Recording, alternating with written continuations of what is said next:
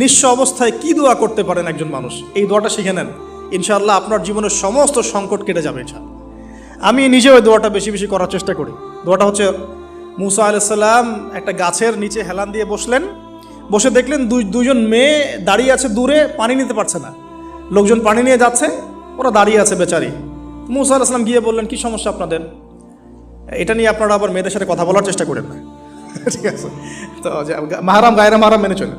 তারা বললেন যে আমাদের বাবা অনেক বৃদ্ধ মানুষ, আমরা পানি নিতে পারি না যতক্ষণ না আমাদের কম পানি নিয়ে চলে যায়। মুসা আলাইহিস সালাম তো একটু বললাম না, ফিজিক্যালি খুব স্ট্রং ছিলেন, থাকে না বডি বিল্ডার, সামনে গিয়ে কথা বলে সরো পানি নিতে দাও, তখন মানুষ একটু মূল্যায়ন করে না। তো মুসা আলাইহিস সালাম এভাবে পানি নিয়ে দিলেন এবং বাছুরদেরকে পানি পান করালেন, করিয়ে গাছের নিচে এসে বসে আছেন। বসে বসে তিনি দোয়া করছেন, এই যে দোয়াটা তিনি দোয়া করছেন, রব্বি, একটা নেক কাজ করলেন, নেক কাজ করলেন না, মানুষের উপকার করলেন, নেক কাজ করে এসে গাছের নিচে বসে দোয়া করছেন, আল্লাহ এখানে তো আমার খাবার পানি বাসস্থান কিছুই নাই, আমি কি করব?